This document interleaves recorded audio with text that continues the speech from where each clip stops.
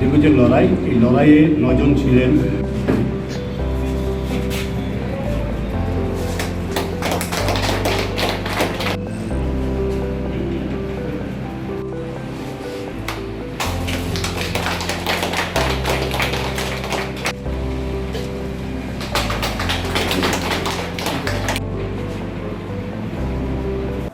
আমরা আজকে এই সংবর্ধনা অনুষ্ঠানের আয়োজন করেছি ত্রিপুরা অনিয়মিত কর্মচারী মঞ্চের তরফ থেকে। 9 জন অনিয়মিত কর্মী, এর মধ্যে একজন মারা গেছেন, যারা দীর্ঘদিনের আইনি লড়াই করে, সুপ্রিম কোর্ট অবধি লড়াই করে, যারা নিয়মিত করার অধিকারটা আদায় করেছেন।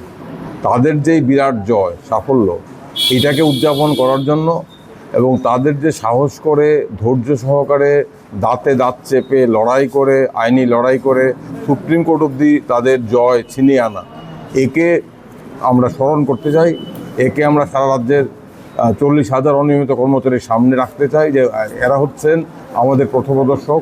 তারা যেভাবে লড়াই করে তাদের অধিকার আদায় করেছেন, নিয়মিতকরণ করার আইনি স্বীকৃতি আদায় করেছেন, তাদেরকে এখন সরকার নিয়মিতকরণ করতে বাধ্য হবে। এটা যাতে এইভাবে আমরা